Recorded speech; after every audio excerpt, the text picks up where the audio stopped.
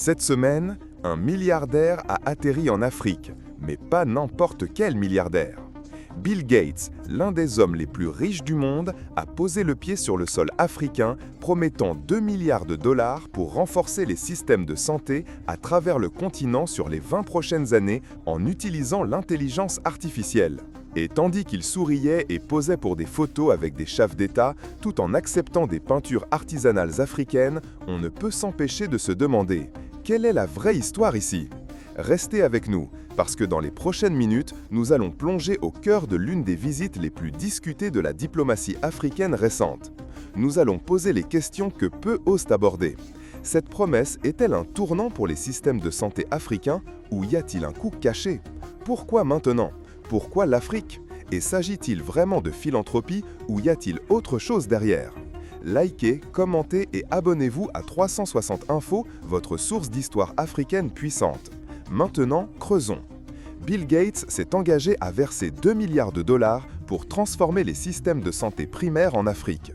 Une chose que je n'ai jamais dite publiquement auparavant, c'est que comme nous réfléchissons aux priorités et aux partenariats, la majorité de ces fonds seront dépensés pour vous aider à relever les défis ici en Afrique.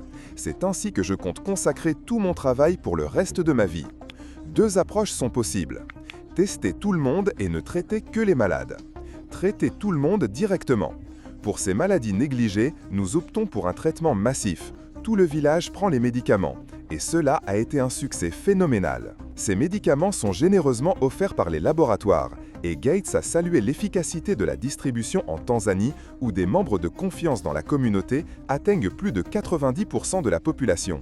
La Fondation Gates se concentrera sur l'innovation en IA, le développement de vaccins, le renforcement des infrastructures médicales.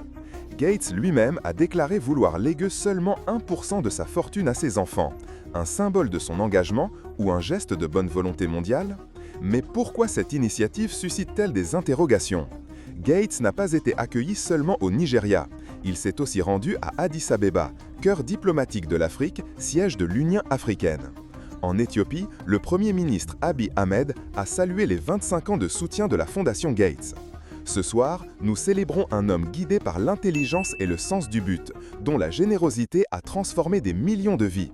Bill, avant même que la philanthropie ne définisse votre vie publique, vous aviez déjà changé le monde avec Microsoft.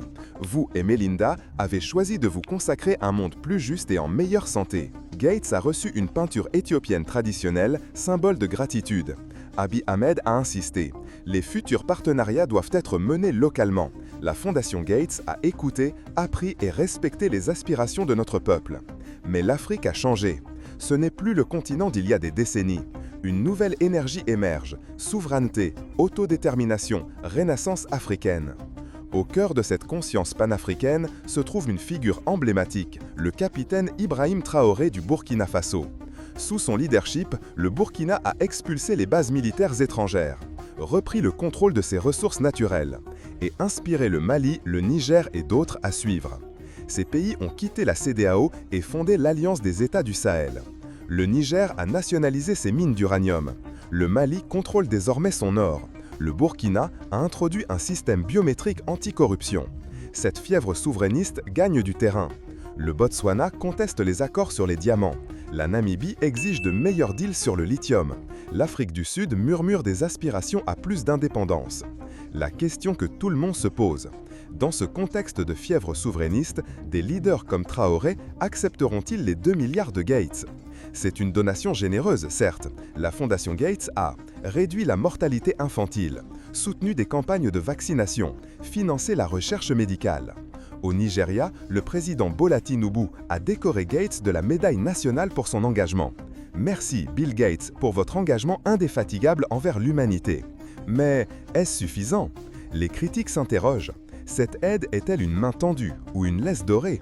Quel rôle jouera l'IA dans les systèmes de santé africains? Qui contrôlera les données? Pourquoi l'Afrique est toujours le terrain d'expérimentation? Gates a été interrogé sur les mines de cobalt en RDC, où sa fondation investit aussi. Je ne connais pas les détails de la mine de lithium en RDC, mais je soutiens les investissements qui créent des emplois et royauté pour les gouvernements. Mais est-ce assez? Peut-on ignorer les conflits et travail des enfants liés à ces mines? L'Afrique veut-elle être un laboratoire philanthropique ou maîtresse de son destin? Le vrai débat. Des partenariats égalitaires ou une nouvelle forme de tutelle occidentale? Des systèmes de santé conçus en Afrique ou imposés de l'extérieur? La réponse vient des nouvelles voies africaines.